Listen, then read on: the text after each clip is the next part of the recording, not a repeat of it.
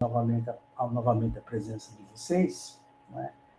Hoje eu mandei um e-mail para vocês no período da manhã, informando sobre o que a gente ia falar agora à noite, e também dizendo que no último encontro, que é na próxima segunda-feira, a gente está pedindo para que vocês, a aula vai ser isso, que vocês enviem para mim um texto, né, no máximo uma lauda.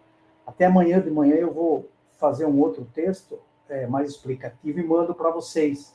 Eu mando em formato para que vocês sigam um pouco esse texto, para que vocês enviem. A ideia disso é para ver se vocês captaram até mesmo aquilo que a gente vai discutir um pouco hoje aqui com vocês.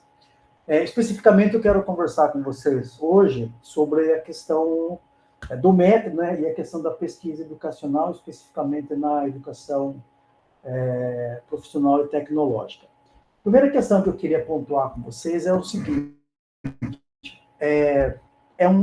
dizer para vocês aonde que acontece a educação profissional e tecnológica, ou seja, aonde que ela acontece, aonde que ela está estruturada, aonde que ela se organiza na educação escolar brasileira, especificamente a educação profissional e tecnológica.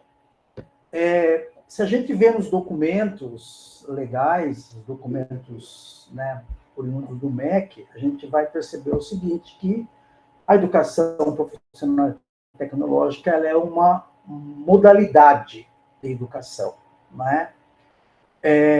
E a legislação brasileira trata a educação tecnológica como uma educação, ou melhor dizendo, como uma modalidade educacional. E é a partir dessa modalidade educacional que a educação tecnológica e profissional ela é organizada dentro da organização escolar brasileira. Né? Nós temos hoje, dentro dessa modalidade, os níveis, né, da educação profissional e tecnológica. Né? Se nós pegarmos lá na LDB de 96, né, a gente tem lá a explicação disso, como que ela é organizada, como ela deveria ser organizada e como ela é organizada dentro da organização escolar, né?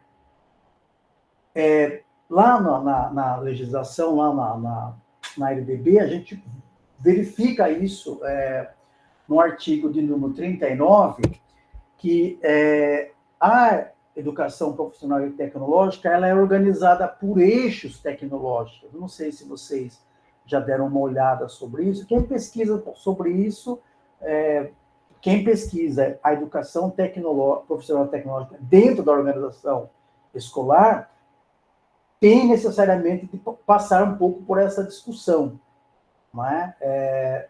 Dos eixos que organizam a educação profissional, né?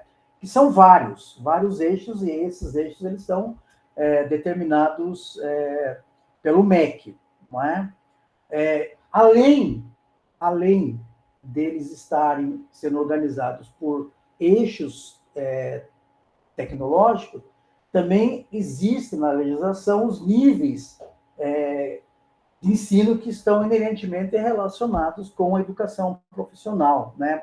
E ela abrange, nesses níveis, abrange a educação profissional de formação inicial, abrange a de educação profissional e, propriamente dito, de educação profissional tecnológica, que ela é ministrada dentro da organização escolar, a nível de graduação e a nível de pós-graduação, não é? Há várias escolas hoje, a níveis federais, e também algumas escolas privadas, né, que trabalham com esse nível educacional, com essa modalidade educacional, né, no âmbito da graduação e também da pós-graduação.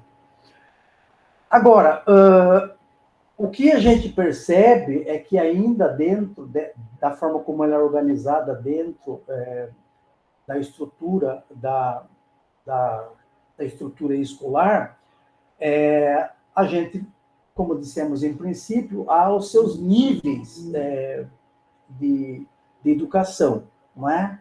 E os próprios documentos, né, legais com relação a isso, eles pontuam que há a formação inicial e continuada ou a qualificação profissional, né, que são cursos de capacitação, cursos de aperfeiçoamento, de atualização, né, cujo objetivo é sempre promover o desenvolvimento da vida produtiva e social. E eu acho que aí entra um pouco, né, a escola que nós trabalhamos, os estudos federais, eles passam um pouco por essa preocupação, né, de promover o desenvolvimento da vida produtiva social, desenvolver cursos relacionados às formas produtivas locais, né, enfim, ele nasce, né, os estudos federais nascem um pouco com essa preocupação em 2008. Existe também, que também está inerentemente relacionado aos estudos federais, a educação profissional técnica em nível médio, embora o nível médio aplicado aos estudos federais, no ensino médio integrado, que está baseado na Lei 5.154, se não me falha a memória, né? Que são cursos, né, que são voltados aos alunos de ensino médio, né? E o nível de formação está relacionado às competências, à base do conhecimento científico, tecnológico, sócios históricos e culturais. A gente não vai entrar nesse tipo de discussão, porque nesse momento isso não interessa para a gente. Só estou dando um panorama para a gente depois começar a entender por onde que a gente poderia, talvez, fazer pesquisa, né, aplicando esse método dentro desse nível, né, ou dessa modalidade educacional profissional e tecnológica. E tem a educação profissional tecnológica de graduação e pós-graduação, como eu disse, em princípio, que tem os cursos de mestrado, né, doutorado. No caso, por exemplo, onde eu trabalho aqui, no Campo Sertãozinho, eu trabalho como professor visitante no curso de mestrado, né, de educação tecnológica, né? E aí tem nós temos duas linhas, essas duas linhas elas estão inerentemente relacionadas ao programa, né, um programa maior do qual nós estamos inseridos, e assim por diante. A questão que eu queria pontuar com vocês agora é o seguinte, como que talvez a gente poderia pensar, né, a educação profissional e tecnológica na perspectiva do método materialismo histórico dialético? Como que a gente poderia pensar, né? A primeira coisa que eu acho que é importante a gente registrar é que quando a gente viu lá no primeiro encontro, não sei se vocês lembram, né, foi bem assim rápido e foi bem resumido as coisas, né, até porque a gente não tem, a proposta era essa, né, a gente viu que o princípio do método materialismo dialético, ele é resultado de um avanço crítico, né, e que nesse avanço crítico foi estabelecido, né, um conhecimento acumulado. Já havia um conhecimento, né, acumulado, tanto na área da filosofia, quanto na área da economia, tanto que se a gente lê o Capital do Marx, a Ideologia Alemã, né, os livros que são publicados, né, a gente percebe que Marx, Engels, Lenin, etc., eles estão estabelecendo um diálogo com um conhecimento que já está posto, que já está acumulado. Não é? Então, quando a gente pensa no método materialismo histórico dialético, nessa perspectiva, que ele é resultado de um avanço crítico, né, a partir do conhecimento acumulado, a gente pode pensar também, né, que a educação profissional e tecnológica, ela também é resultado de um avanço crítico, né, que foi estabelecido a partir do acúmulo de conhecimento. Né? Eu sempre assim, brinco com os meus alunos, né? Nós, né, acho que todos vocês que estão aqui hoje, Juliana, Sérgio, Eunice, Nemésio, Michele, Andréia, a gente está vivenciando, a gente vivenciou, eu, né, com a minha idade, eu estou com 65 anos já, Eu vivenciei, por exemplo, nos meus estudos, né, eu comecei a estudar nos anos 80, eu vivenciei de muito perto essas mudanças no campo do trabalho, no campo da tecnologia. Eu vivenciei, por exemplo, assim, em termos teóricos, analíticos, estudos, né? A minha tese de doutorado foi sobre isso, de como que você tem o modo de produção fordista e taylorista, como que era concebido o trabalho nessas formas de produção, e como, a partir dessas formas de produção, você tem a crise dos anos 70, 80 aqui no Brasil, que você tem a implementação da acumulação flexível no mundo do trabalho, essa mudança no mundo do trabalho. Depois você tem, né, a crise disso, você tem depois a revolução, a segunda, a terceira revolução, então estamos vivendo a quarta revolução industrial. Tudo isso tem um acúmulo de conhecimento, né? E que, quando nós pensamos a relação da educação e o trabalho, né, dentro da educação profissional e tecnológica, a gente percebe que tem um acúmulo de conhecimento, né, que é discutido, que foi discutido e continua sendo discutido, não só no Brasil, como no mundo inteiro, quando se fala dessa relação educação e trabalho. Né? Mais particularmente para a gente, essa relação entre a questão, né, da educação profissional e tecnológica. E quando a gente avança, né, quando nós debruçamos esse conhecimento, né, dentro do contexto do mundo do trabalho, a gente começa a descobrir a estrutura, a organização, né, da educação profissional e tecnológica. Além disso, e nós descobrirmos a sua estrutura, a gente começa a descrever a sua dinâmica, a gente começa a descrever as suas mudanças, a gente consegue descrever os seus movimentos, né?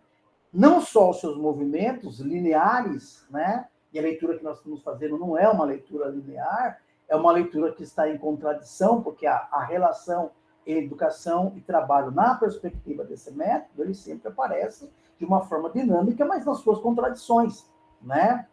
Contradições, por exemplo, aqueles que detêm, né, a força de trabalho, aqueles que detêm, né, os meios de produção, não é? Então, percebam, quando a gente, né, parte desse pressuposto, né, como pensar a educação profissional e tecnológica dentro do método, a gente tem que partir do pressuposto, né, que há um avanço, ou melhor dizendo, há um acúmulo de conhecimento dentro desse nível, dentro dessa modalidade educacional, e ao aprofundarmos, né, o conhecimento, né, acumulado nessa modalidade educacional, a gente percebe a sua estrutura e a gente também percebe a sua dinâmica, os seus movimentos.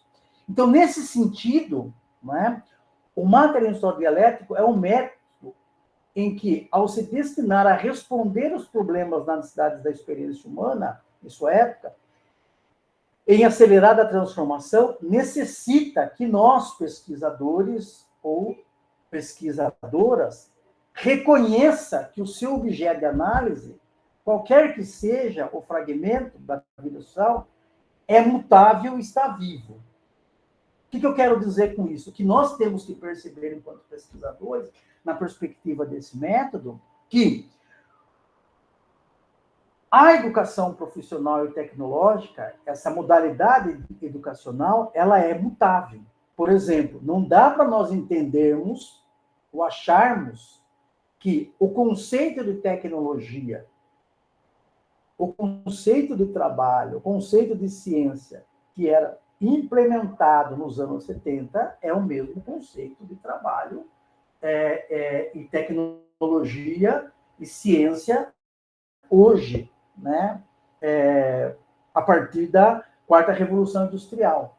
Claro, quando você pega o trabalho na perspectiva de como que ele manifesta historicamente dentro da forma de produção capitalista, o seu cerne é de exploração. né, da mão de obra. Mas as formas de exploração, né, elas modificaram. Há um movimento, né, há uma dinâmica dentro dessa estrutura, né, capitalista de trabalho, né, que tem o seu impacto dentro da educação profissional e tecnológica. Não estou dizendo aqui que a forma como é ensinado hoje, né, dentro de alguma instituição escolar, a forma que nós ensinamos, né, dentro da instituição, ela tem esse caráter predatório. Não estou dizendo isso, estou dizendo o seguinte, que nós temos que perceber, enquanto pesquisador, né, que na relação, melhor dizendo, do trabalho e da educação, do qual a educação tecnológica e profissional está inserida, ela é mutável, ela está viva, ela está em movimento constante. Tá? Então, é importante que nós, enquanto pesquisadores, a gente tem que reconhecer a possibilidade do nosso objeto de pesquisa também sofrer, né, essas mudanças. Quer dizer, não dá hoje para eu pensar pesquisa em educação profissional e tecnológica, tendo como um dos conceitos de análise a questão do trabalho, entender o trabalho dentro das formas de produção fordista e calorista, porque não é mais dessa forma. Vocês estão entendendo o que eu estou falando? Isso é muito importante quando se faz pesquisa. Né? Dentro dessa modalidade, tendo como referência o materialismo histórico dialético. Então, percebam, historicamente falando, né, quando nós olhamos, vejam bem, quando nós olhamos para as formas de produção e trabalho e os processos formativos presentes nele, nós podemos perceber, dentro de uma perspectiva do método, os seus movimentos e as suas contradições. Agora, é o único método, na minha concepção. Por quê? Que possibilita nós compreendermos os seus movimentos e as suas contradições, na minha leitura, é o método que nós estamos estudando. Né? Os outros alguns outros podem até mostrar a estrutura, como é que funciona, etc. Tal, mas não mostra as contradições e não acaba mostrando também, né, os seus movimentos contraditórios. Não? Então, vejam, é importante que nós tenhamos essa percepção, né, que é fundamental, enquanto pesquisadores e pesquisadoras, nessa perspectiva, que, num primeiro momento, há um processo de movimento do nosso objeto de pesquisa, e o método propõe nós observarmos, né, a estrutura, né, dessa modalidade educacional, os movimentos e as suas contradições. Quer dizer, por exemplo, eu vou levantar aqui um problema de pesquisa. Tá? Como as formas de produção e a organização do trabalho na indústria 4.0 impactam nas políticas de educação profissional? É um problema de pesquisa. Né? Vejam, como que eu devo responder esse problema? O que eu tenho que estudar para me tentar hipotizar esse problema? Essa pergunta, melhor dizendo. Primeira coisa, eu tenho que estudar as formas de produção e trabalho. Agora, eu não só tenho, através do método, de estudar essas formas de produção e trabalho, mas também eu tenho que observar como que essas formas de produção, elas estão em movimento, como que o trabalho está em movimento aí, e as suas contradições. Né? E nesse sentido, quando eu vou tentando captar, né, esses movimentos, né, eu começo a perceber os avanços e os limites que estão presentes atualmente na indústria 4.0, no que se refere, né, especificamente nos seus impactos nas políticas de educação profissional. Né? Então, uma outra coisa que eu tenho que estudar é o que são políticas educacionais, né? E a partir do momento que eu entendo que são políticas educacionais, né? Aí eu começo a visualizar os impactos, né?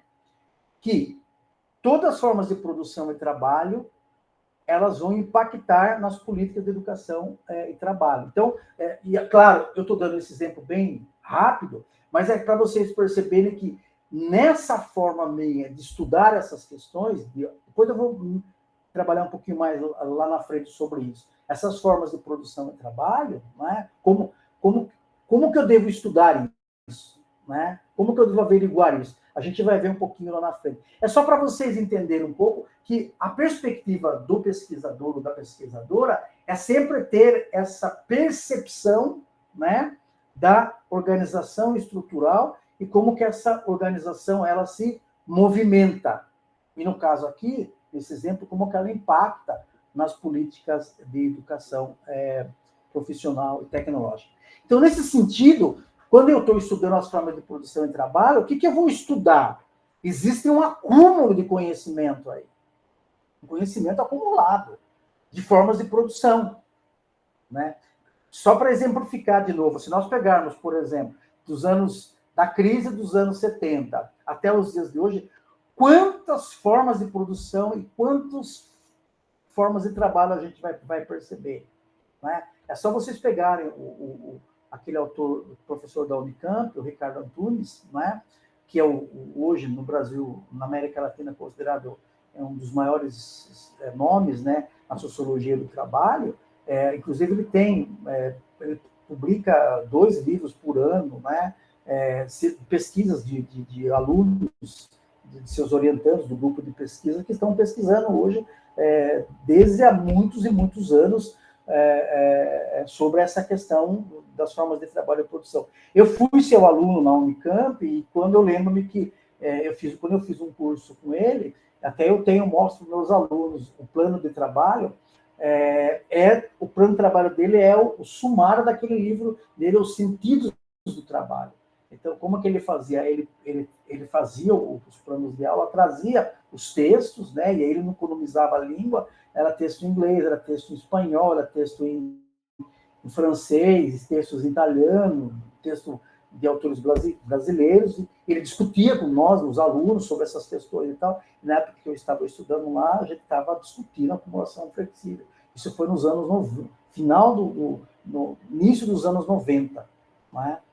Eu comecei a estudar na Unicamp em 96, comecei a fazer o mestrado em 96, né? E terminei meu doutorado em 2004, e depois comecei a fazer o pós-doutorado em 2007, tudo com essa discussão de trabalho, etc., tal, sociologia do trabalho, história do trabalho, etc. Então, existe um conhecimento muito acumulado sobre isso na literatura brasileira, né?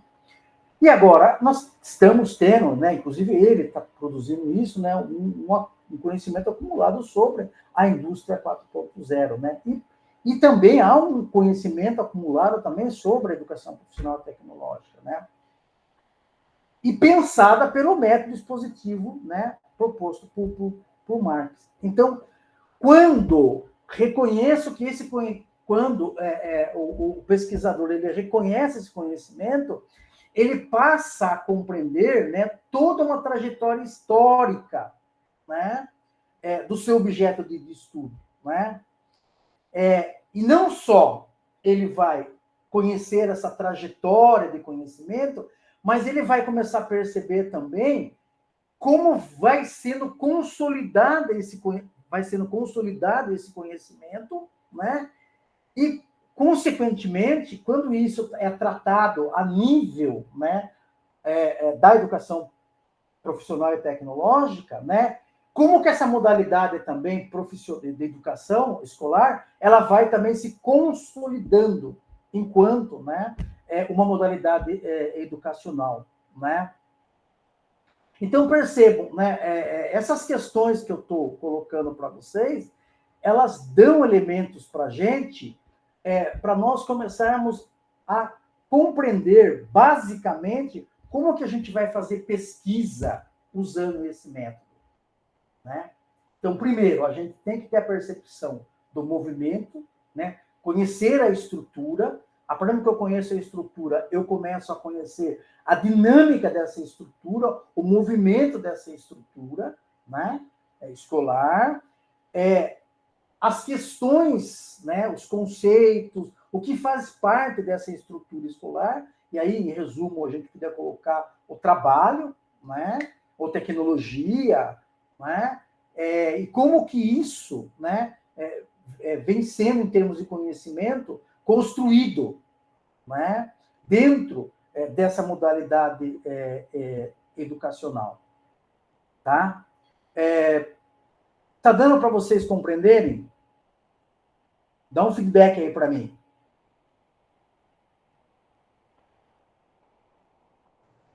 Sim, professor Jefferson. Eu sempre posso fazer uma claro, colocação deve. aqui? Eu sempre penso porque a maioria de nós aqui somos docentes, né? Acredito eu. Eu sempre penso na preocupação com o docente, né? Em todo esse cenário, né? É um cenário muito desafiador, né? Em relação à tecnologia, né? A tecnologia, a indústria 4.0, por exemplo, no seu exemplo, né? Citado, o professor, o aluno, né? Como que esse professor tem que se comportar nesse cenário é muito complexo. Sem dúvida. Muito complexo, né? E quando você fala da relação do trabalho, também eu penso no trabalho do professor, né? Que é muito desafiador, né?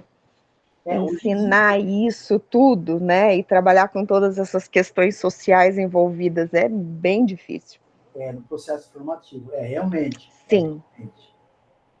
Mas acho que a gente, como docentes, né, eu acho que a gente tem condições de estudar, entender melhor e poder trabalhar melhor isso com os nossos alunos, né?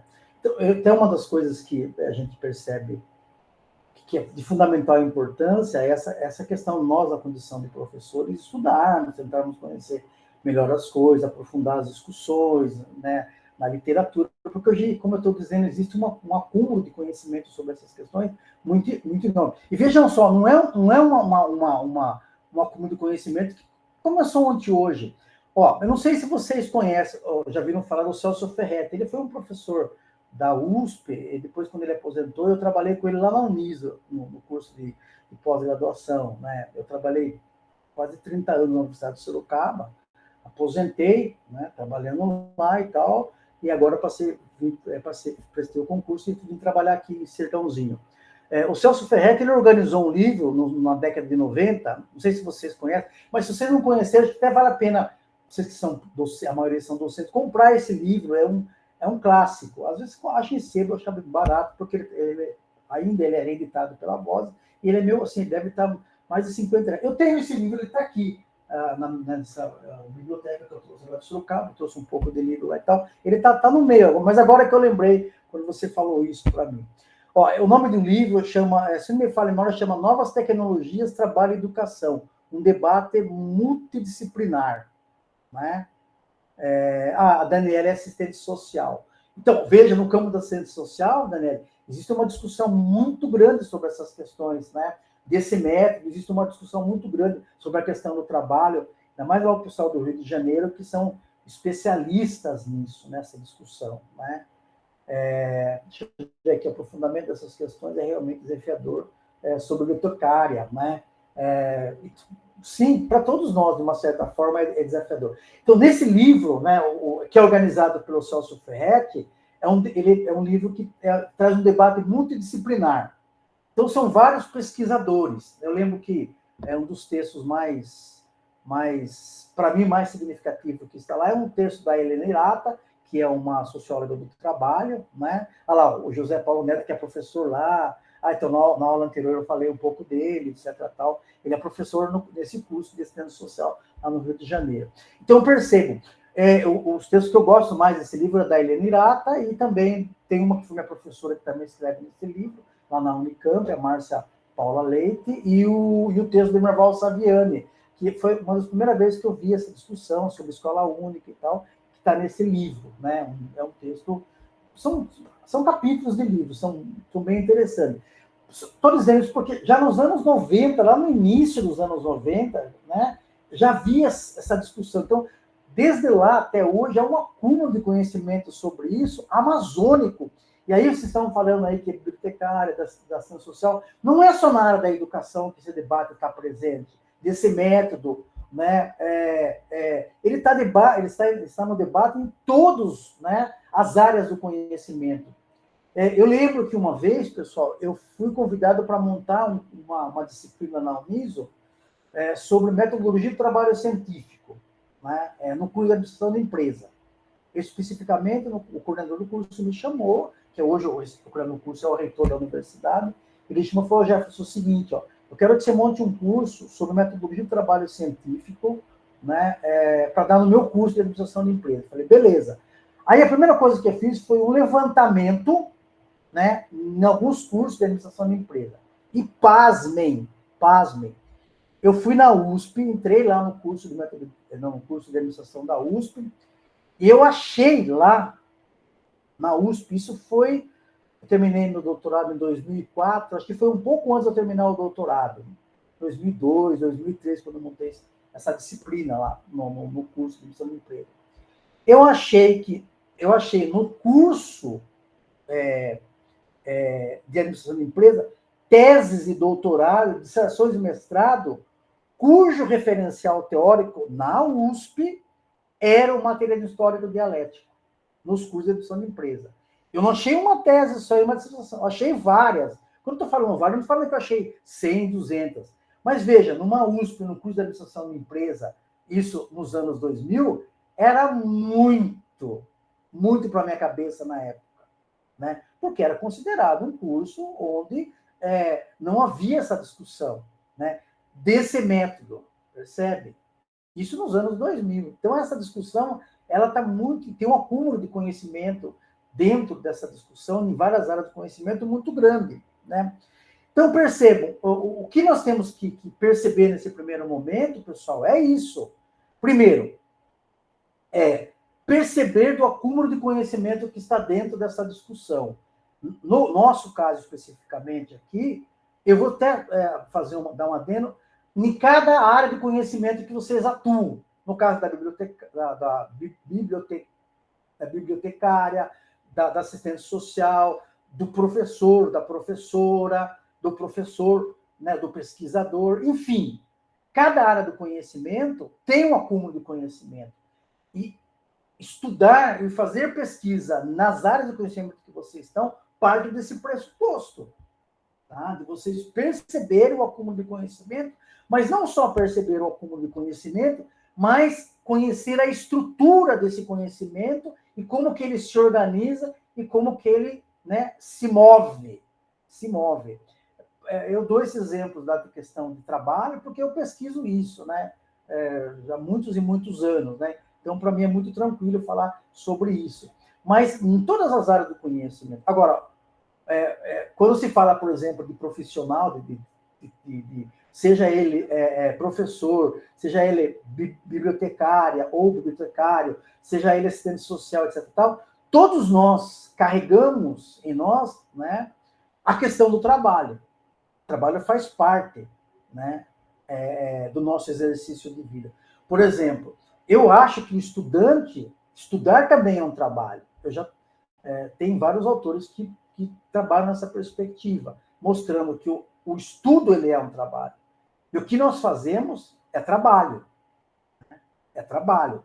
Então, o que eu sugiro aí nesse primeiro momento? Que a gente tem essa percepção, né? Quer dizer, quando se fala de educação profissional tecnológica, existe um acúmulo de conhecimento, né, dentro dessa estrutura organizacional. Esse conhecimento ele é dialético, ele está em movimento, né? Porque o que faz parte dessa estrutura organizacional e que faz parte dessa modalidade educacional também é trabalho, a tecnologia, são um monte de conceitos que fazem parte disso, né? Conceito de ensino, aprendizado, professor, ensino de professor, profissão do professor, enfim, um monte de conceitos que eles devem ser percebidos, né, compreendidos na percepção, né, do seu acúmulo de conhecimento, do seu movimento. Isso posto, eu queria pensar com vocês mais um pouquinho sobre estratégias e alguns movimentos que são fundamentais no processo de pesquisa desse nível educacional, né? Quando a gente fala de pesquisa, né, não sei se vocês fazem pesquisa, se vocês são estudantes, porque hoje também o que eu estou percebendo nos institutos federais é que muitos servidores, né, fazem mestrado, né, porque hoje o nosso mestrado dentro dos institutos federais, eles abrem vaga para os que trabalham dentro do Instituto Federal. Por exemplo, aqui no nosso mestrado tem vários alunos. Inclusive, nós temos um bibliotecário lá da cidade a Daniele faz, sim, eu faço um mestrado profissional. Nós temos um aluno que é bibliotecário, ele é lá de Sorocaba, né, de Boituva, não vou lembrar o nome dele agora. Mas, Prof. PT, isso aí mesmo, Daniele, né, do qual eu faço parte, é uma rede de mestrado e tal, muito bem lembrado. Agora, quando a gente, no caso, por exemplo, a Daniela que está fazendo o mestrado, ela deve estar fazendo um projeto de pesquisa, você já fez, né? O Sérgio também está falando que ele também está fazendo mestrado. Se vocês entraram agora, se vocês estão fazendo mestrado, vocês fizeram um projeto de pesquisa. E aí, quando você tem um objeto da pesquisa, a primeira das questões que nós temos que colocar é a questão de como que nós iniciamos uma pesquisa. É levantando um problema de pesquisa. Estou trabalhando nisso, legal. Então, acho que vai ajudar, viu, Daniela? Ó, então, primeira coisa, né, o primeiro passo, vamos dizer assim, ao iniciarmos uma pesquisa, dificilmente temos um problema, mas uma problemática. Então, como que a gente consegue visualizar isso? Eu gosto de pensar assim, ó, né, quando eu vou começar uma pesquisa nova, né, eu já fiz várias, tenho várias pesquisas que foram financiadas pelo CNPq, eu ponho assim uma espécie de uma pirâmide invertida, né? A pirâmide com o bico para baixo. Então, lá em cima você tem, né, você tem um tema, você tem uma problemática lá em cima. Aí você vai descendo, né? Você vai perguntando e vai descendo. Aí chega um momento, né, que é realmente aquilo que você quer estudar. Né? Então, então, quando a gente fala de fazer pesquisa, né, a gente sempre tem uma questão, né, como o método está propondo. Nós temos um conhecimento lá em cima, que é enorme, é um conhecimento acumulado. Né? Depois eu vou mostrar para você como que a gente vai conhecer esse conhecimento acumulado. Você tem um conhecimento lá em cima acumulado. Aí você vai descendo, vai fechando. Né? Quando você chega lá embaixo, fala, bom, é isso que eu quero. Agora, até você chegar lá embaixo, teve etapas, né? Teve etapas. Então, o recorte que se vai fazer para investigar, ele está situado dentro de uma totalidade mais ampla, quer dizer, lá em cima. Se a Daniela fala assim, ó, eu vou estudar, professor, educação tecnológica, é incrível, sim, com certeza. Ó, eu vou estudar educação tecnológica, professor, sobre a importância da educação tecnológica. Né? Agora, está estudando a questão de gênero, que é uma discussão nova, não é uma discussão. Tem pesquisa sobre isso, bastante. Né? Mas é uma discussão que está aí, começou a ser discutida. Até eu tenho vários livros sobre isso, nos anos 2000, né? Até, Daniela, tem lá na Unicamp, eu não vou lembrar agora o nome, mas depois no meio da semana, se você lembrar, manda um e-mail para mim, que eu te respondo para você. Tem um núcleo de pesquisa na Unicamp que pesquisa gênero dentro dessa perspectiva, né? De educação e trabalho, de tecnologia. Não vou lembrar o nome agora, mas eu tenho certeza que tem, porque eu estudei muitos anos lá na educação, eu conheci esse grupo lá, esse grupo que ele é estabelecido lá na Unicamp. Então, perceba, você tem um acúmulo de conhecimento, né? Que é amplo, que faz parte de uma totalidade de conhecimento, né? Então, quando a gente vai discutir educação profissional, sim, manda que eu mando para você, assim, Daniela. Daí eu vou lá e acho para você e te mando. A gente não parte desse conhecimento do zero. Por que não parte desse conhecimento do zero? Porque nós temos um conhecimento acumulado, né? Então, a gente já parte de condições de conhecimento pré-estabelecidas, pré-dadas para a gente. Você tem um conhecimento. A Daniela está discutindo sobre gênero. Já tem uma discussão sobre gênero, que ela vai ter que pesquisar. Né? E a partir daí, da pesquisa que ela vai fazer, né, que a gente está chamando de pesquisa explanatória, que ela vai começar a conhecer os autores, como que eles discutem, etc, etc, etc, etc, né, para dizer o seguinte, olha, existe um conhecimento acumulado. A gente nunca parte do zero. Né? E aí, esse conhecimento, que já está posto, né, ele está dentro de condições, né, ele foi escrito, ele foi dado, ele foi tá mostrado a partir de dados de condições de existência, né, de uma prática anterior, né, de outras pessoas que fizeram pesquisa e escreveram a respeito. Tá? Então, já está aí o conhecimento. Né? Então, vejam, o que nós temos que fazer no primeiro momento é aquilo que nós chamamos de uma pesquisa explanatória. A gente vai, a partir do problema que nós temos, a gente vai fazer uma pesquisa explanatória, vamos explanar sobre o tema, né? Até tem um livro, deixa eu ver se está aqui, ó. Não me faço aqui, eu já vou. Lembrei agora. Não está aqui. Está aqui, mas não estou vendo ele aqui agora. Onde ela diz o seguinte, ó, você faz um levantamento bibliográfico, né, uma pesquisa bibliográfica, e você vai ver, e você vai ler como que o pessoal, os pesquisadores ou as pesquisadoras, eles estão discutindo o seu tema. Como que eles estão discutindo o conhecimento acumulado sobre a educação profissional e a questão de gênero, usando aí a pesquisa da Daniela. Tá? A partir do momento que a Daniela, o pesquisador ele tem que ter autonomia. O pesquisador ela tem que ter autonomia e quem vai determinar, né, o que ela vai pesquisar, o que ela vai querer nessa pesquisa explanatória é o pesquisador. Por exemplo, ó, a Daniela já está dizendo, ó, eu quero pesquisar, não sei se é isso, né? Mas só para entender. Eu estou pesquisando educação profissional, a questão do gênero. Então, ela decidiu. Lógico, ela não vai estar dizendo, eu não quero discutir educação profissional sobre formas de produção. Eu não quero discutir educação profissional e tecnológica na perspectiva da indústria 4.0, ou da educação 4.0. Eu quero discutir educação profissional e tecnológica na perspectiva do gênero. Então, ela, como pesquisadora, definiu isso. Agora, ela tem que aplicar o método nisso. Então, todo esse conhecimento que ela vai pesquisar nesse primeiro momento, que a gente está chamando de pesquisa explanatória, quem vai definir a forma como ela vai, a Daniela vai olhar para esses autores é ela. E claro que ela não vai olhar nessa pesquisa explanatória de uma forma neutra. Ela vai ter que ter mecanismo, por exemplo, com quais autores ou autoras que discutem a questão, o conceito de gênero, ela vai trabalhar. Eu sugiro para você, por exemplo, Daniela, você ler Helena Hirata e quem escreve com Helena Hirata sobre essa questão do gênero.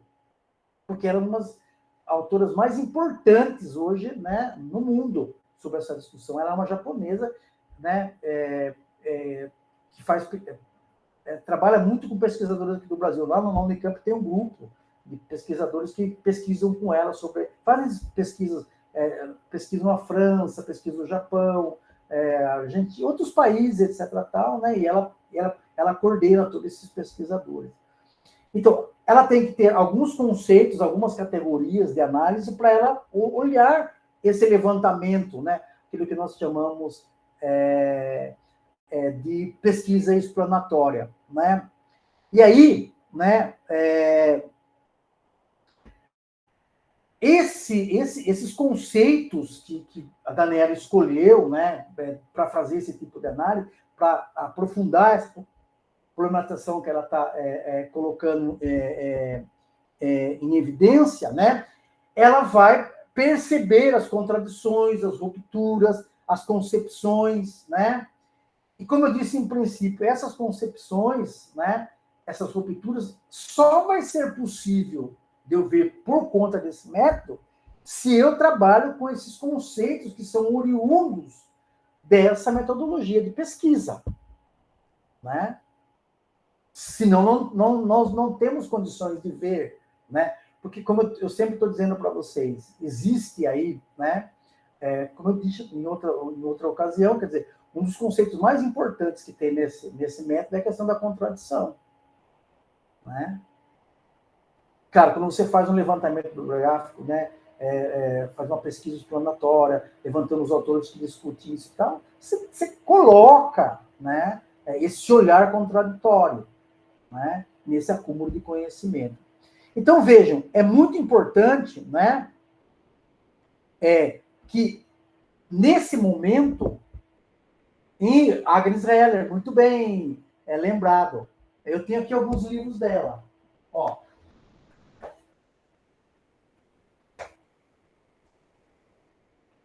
Ó. Está escrito em espanhol esse livro aqui, ó. Até eu tenho o que eu acho um dos capítulos mais importantes, Sociologia da Vida Cotidiana, que é um livro um capítulo que eu uso para dar aula às vezes, né? Sobre o conceito de abstrato de vida cotidiana, e outro conceito que eu trabalho, que eu gosto de usar dela, é o conceito de trabalho, né? Até, Andréia, se você lembrar, pede para mim por e-mail, eu tenho escaneado esse capítulo do trabalho, daí eu te mando, só que está em espanhol. Eu escaneei esse capítulo para trabalhar com meus alunos no curso de mestrado e doutorado. Mas vamos voltar aqui, mas é legal essa dicção, porque daí eu vou lembrando as coisas que eu tenho, depois eu mando para você. Vocês têm que lembrar e pedir, senão eu não consigo lembrar. Eu tenho, manda, Daniela, que eu te mando para você. Pediu, eu mando para vocês o texto. Então, vejam, não só o recorte ou a problemática específica a ser investigada necessita ser aprendida, como também a totalidade, né, que faz parte, e como é importante ter presente que os sujeitos históricos reais da pesquisa se referem. Por exemplo, a Daniela está trabalhando a questão do gênero, né? Então, é importante ter presente na pesquisa, Daniela, que os sujeitos que você pesquisa, eles são reais, eles não são abstratos. E essa proposta desses sujeitos reais, só esse método que propõe isso, né? Então, perceba, essa primeira questão que eu coloquei para vocês, a gente pode resumir ela assim, ó.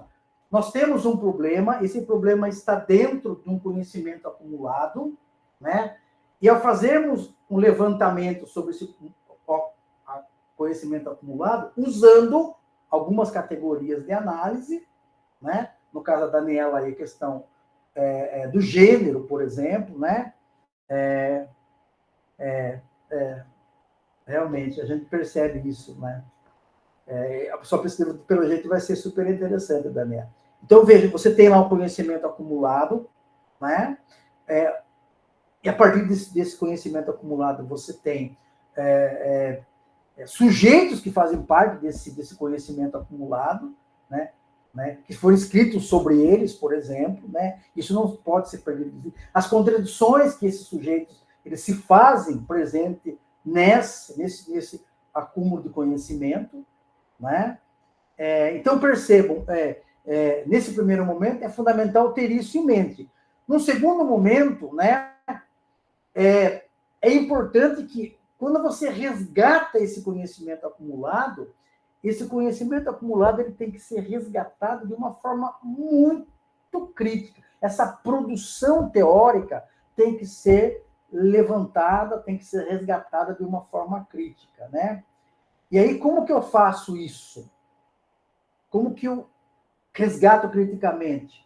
É ver como que esse conhecimento acumulado, eles têm diferentes perspectivas ou diferentes olhares sobre a questão, né? Como que eles são olhados, né? Pelos pesquisadores, né? Por exemplo, uma coisa é você ver a categoria do trabalho, ou o trabalho, olhado numa perspectiva, né, marxiana. Ou outro olhar, você vê a categoria do trabalho olhada, por exemplo, por Adam Smith, Por exemplo, né? Uma coisa é você ver o trabalho olhado na sua perspectiva histórica, né, dentro das formas de produção capitalista. Outra coisa é você olhar o trabalho, né, enquanto uma questão fundamental, essencial da vida do homem, né? Então, são formas diferentes. Então, existe um conhecimento aí, e o pesquisador, a gente tem que, né, identificar essas diferenças, né? Um outro exemplo muito simples. Não dá para me pegar o conceito de trabalho que foi discutido, né, nas pesquisas dos anos 70 e dizer que é o mesmo conceito de trabalho que é discutido hoje, né, nos textos que estão discutindo a questão de trabalho na indústria 4.0. Até porque hoje o trabalho tem uma concepção diferente, né? Então, quando você faz esse resgate crítico dentro, né, da pesquisa exploratória, você tem que colocar em evidência essas diferenças. E nessas diferenças você vai percebendo, né, e aprofundando o seu tema de pesquisa, né?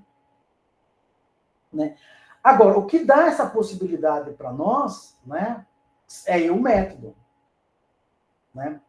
Porque, vejam, voltando nesse exemplo que eu dei, se nós pegarmos, né, alguns conceitos, algumas categorias, né, elas precisam ser revisitadas. Elas precisam ser revisitadas. Por que elas precisam ser revisitadas? Porque o método propõe para a gente que a estrutura social, né, as formas sociais, né, a vida cotidiana, como diz a Gisela, né, ela está em movimento, e esse movimento ele é contraditório, né? A própria educação, eu já disse isso para vocês, né? Há alguns autores que dizem que a educação está dentro de uma perspectiva, né, de luta, né? Até eu exemplifiquei, quando eu estou pesquisando sobre isso agora, como que o Conselho Nacional de Indústria Brasileira vê a questão da educação e trabalho, e como que, né, os documentos do governo federal, hoje que está discutindo essa nova indústria, estão vendo essa questão da relação trabalho-indústria, né?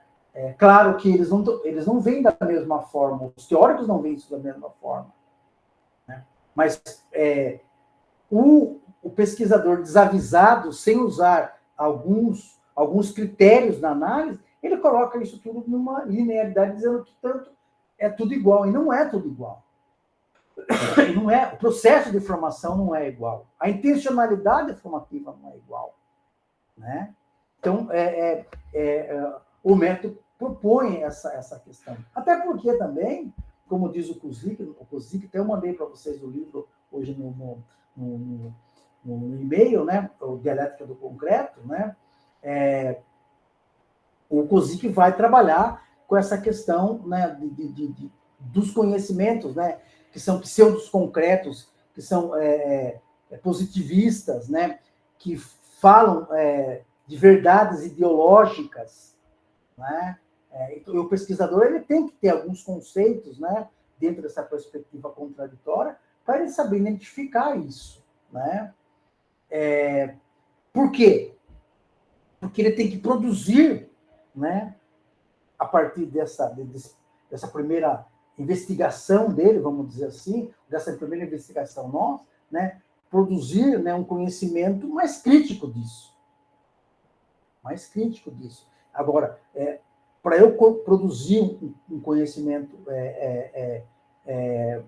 crítico, né, dentro, né, das contradições, num plano teórico, metodológico e etc. tal, eu tenho que trabalhar na perspectiva do método histórico-dialético e trazendo alguns conceitos que me viabilizem essa possibilidade, né? Senão, fica quase que impossível. Agora, claro que dentro do método já se traz alguns conceitos, né? Claro que isso pode ser criado também, pode ser criado, né? Outras categorias de análise para a gente fazer esse trabalho investigativo. Agora, o que é importante a gente saber também é que nós, enquanto pesquisadores, é que vamos dar enredo a essa questão. Não é o conhecimento acumulado que dá enredo para nós. É nós que vamos dar enredo para essa questão. Né? Porque a partir desse novo enredo que nós vamos dar, né, de conhecimento, né, ou de produzirmos outros tipos de conhecimento a partir da crítica, é nós, né, enquanto pesquisadores. Agora, para eu fazer isso, como eu disse em princípio, nós temos que ter alguns elementos para fazer isso. Né? E aí, um dos elementos é essa questão do método. Uma outra questão que é importante a gente colocar é o seguinte, que essa produção de conhecimento, né, vamos supor aqui, ó, que a Daniela, pelo aquilo que ela falou, eu vou tentar aqui, me corrija, por favor, Daniela, se eu estiver falando muita coisa que não é isso. Mas ela colocou algumas questões, ela falou de gênero, ela colocou a palavra gênero, o conceito de gênero, ela colocou o ensino médio integrado, ela colocou algumas questões, etc. Tal. Quando a gente vai fazer pesquisa, né, usando essas categorias, preconceito, a gente tem que ver as mediações que fazem parte, né, desses conceitos. Né? O método propõe isso. Por isso que um dos conceitos importantes desse método é o conceito de mediação. Né? Então, é importante que nós tenhamos essa percepção, que a análise dos dados, né, representa o esforço do investigador e dele estabelecer as conexões de mediações e contradições dos fatos que constituem o seu problema de pesquisa. Né?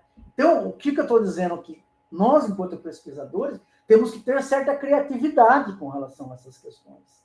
Quando se fala de pesquisa nessa perspectiva. Né? Porque, às vezes, as mediações elas não são claras. Ó, se a gente pegar a literatura, por exemplo, que discute ensino médio nos anos 70, vocês acham que lá já não tinha esses tipos de... Não estou dizendo no nível de discussão que nós temos hoje.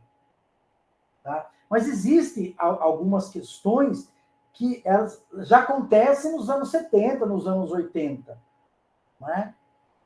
Sobre questões que nós estamos pesquisando hoje. Claro que o acúmulo de conhecimento sobre algumas questões, né, hoje são muito significativas com relação aos anos 80, aos anos 90, aos anos 2000, né, porque existe um conhecimento acumulado. Sim, o COSIC trata a questões da mediação. E é um bom, viu, Daniele, é um bom autor para você utilizar, teoricamente falando, para discutir essas questões, né, na sua pesquisa. É um bom autor. Tá? Embora seja um livro que é antigo, etc. Tal, mas é um dos nomes mais usados. Né? Existem outros, né? Mas esse é um bom nome. Até que tanto que eu passei para você. Eu consegui aí a cópia na internet e tal. Né? Eu passei para vocês, porque eu acho que é um texto que vale a pena ler e reler. Eu sempre estou relendo algumas coisas dele, as minhas pesquisas e tal, mas ele ajuda. Então, vejam, quando a gente está falando... Então, existe um conhecimento, agora, e como que ele vai ser mediado, como que ele vai ser discutido. Então, nós, pesquisadores e pesquisadoras, a gente tem, nesse conceito, essa possibilidade de pensar essas mediações. Né? Porque, vejam, né, quando nós estabelecemos as relações entre as partes e a totalidade, é que a gente pode sinalizar também para diferentes etapas de pesquisa. Não é? Porque você vai construindo etapas na pesquisa. Né? Você tem lá, primeiro, conhecimento acumulado. Você vai investigar esse conhecimento acumulado, né? E essa investigação, você parte de alguns conceitos para fazer essa investigação. Tá, quando você faz essa investigação, você extraiu, né, um conhecimento. Tá, Agora, como que você vai mediar esse tipo de conhecimento, especificamente sobre o seu objeto de pesquisa, ou sobre a sua problemática de pesquisa? Então, vem o conceito de mediação, precisa trabalhar isso. Tem um livro chamado Educação e Contradição, que é uma tese de doutorado. Eu devo ter falado nesse livro já para vocês. Eu tenho o PDF dele, né? Mas eu não consigo achar, talvez no HD que esteja lá em Sorocaba. Eu devo ir para lá depois que terminar o curso, mas vocês podem estar em contato comigo, vocês têm meu e-mail, de vez em quando tiver alguma dúvida, mandar e-mail para mim. Professor, se tem alguma coisa específica sobre isso, alguma literatura que você pode indicar, não tem problema, a gente manda para vocês se eu tiver e tal. E eu tenho esse livro, ele está escaneado, ele está lá no outro HD mesmo. Quando eu for para lá, eu vou trazer o livro, eu tenho um livro físico e tenho em HD. Vou deixar aqui, porque eu sempre estou usando com os alunos, etc. Tal. E ele fala, né, que é uma tese de doutorado dele, ele fala sobre educação e contradição, é um texto, é uma tese totalmente teórica, né, importante naquele momento da pesquisa da educação no Brasil. Se me falha a memória, o seu orientador foi o Nerval Saviani, ele, na PUC, a PUC era uma das maiores referências de educação no Brasil, né, nos anos 80, 90, depois com a crise, né, da educação nos anos 90, né, todo esse processo que a gente está vendo hoje ainda foi assolado aí pelas essas empresas, né, educacionais.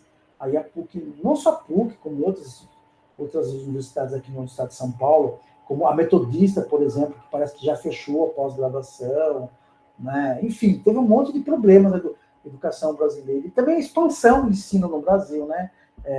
Que foi muito bom, né? Foi muito bom a expansão da educação no Brasil. Começou de uma forma muito assim, amazônica, enorme no governo Lula. Isso a gente não pode negar. Nenhum pesquisador nega isso. Tanto que, vou usar aqui uma expressão, né, nem os que discutem educação na perspectiva, né, não progressista e que discutem educação na visão progressista. Houve expansão da educação brasileira no governo. Alguém mandou aqui já achou o livro aqui, ó. Contradição em PDF. Legal. Obrigado, Maria de Lourdes, pela dica. Muito legal. Até eu vou pegar aqui e depois eu vou guardar aqui para mim ela, para mandar para outras pessoas que puderem. Então, o que eu estou dizendo para vocês é isso, né? Porque, veja, olha, o Kuzik, ele falou uma coisa que é muito interessante naquele livro que eu passei para você. Ele diz lá na página 42, ó, a compreensão dialética da totalidade significa não só que as partes se encontram em relação de interna interação e conexão entre si e com o todo, mas também que o todo não pode ser petrificado, olha que legal, petrificado na abstração situada por cima das partes, visto que o todo se cria a si mesmo na interação das partes. A questão da mediação, está falando da mediação. Então, você tem uma interação das partes, essa interação das partes, elas não podem ficar só no nível das ideias, o método não propõe isso, né? Daí a prática, a filosofia da prática, né? Agora, dentro desse processo, né, de conhecimento, onde ele está dizendo aqui, ó, da compreensão da dialética, do movimento que existem as partes, elas se mediam, elas estão lá, né? E não é só um conhecimento abstrato, quer dizer, a partir do momento que eu estou pensando o meu objeto de pesquisa, né, eu estou criando outro conhecimento em cima daquilo. Ele está inerentemente relacionado, né, com as partes, né, com os objetos que eu estou fazendo a pesquisa.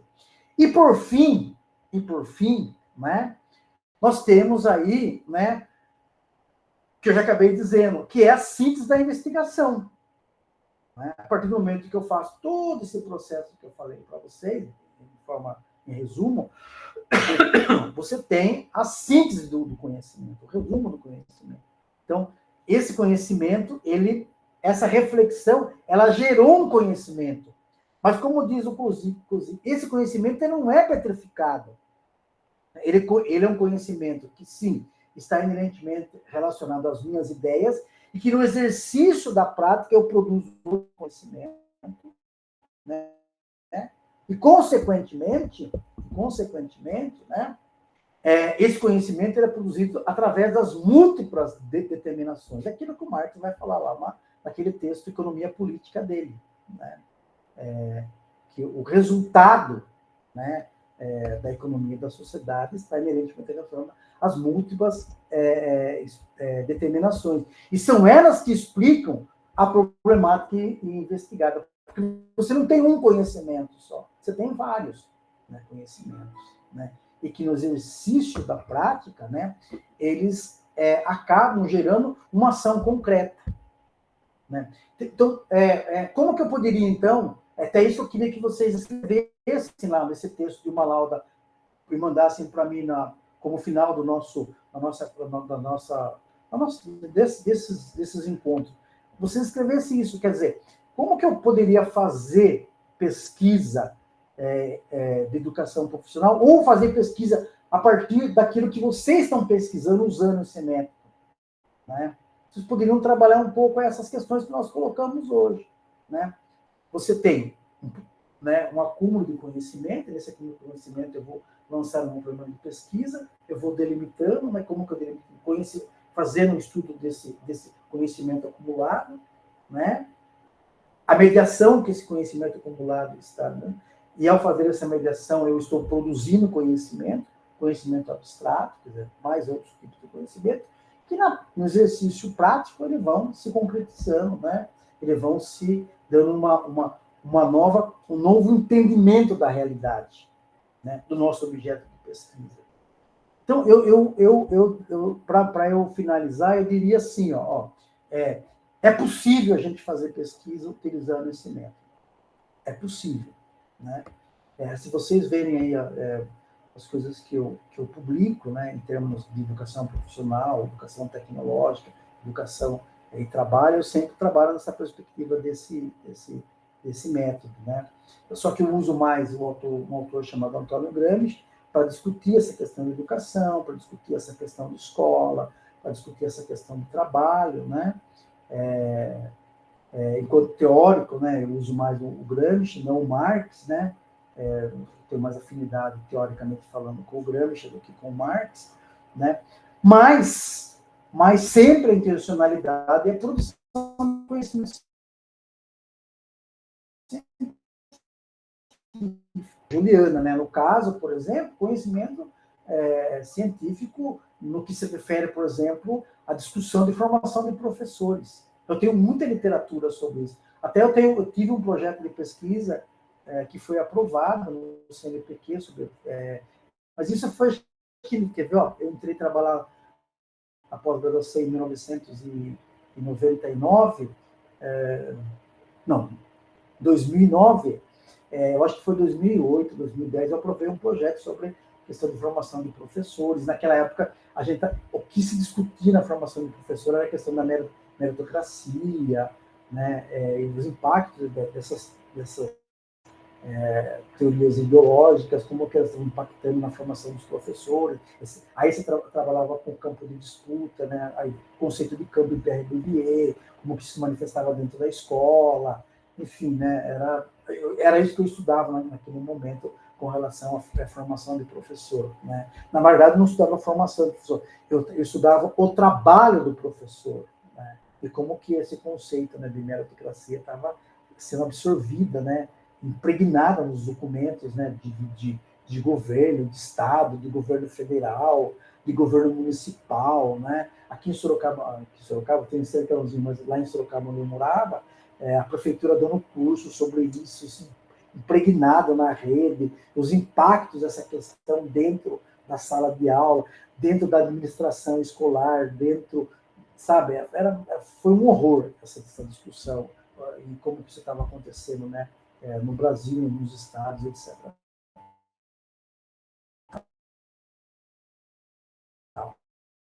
Teorias da análise, usando esse método, etc.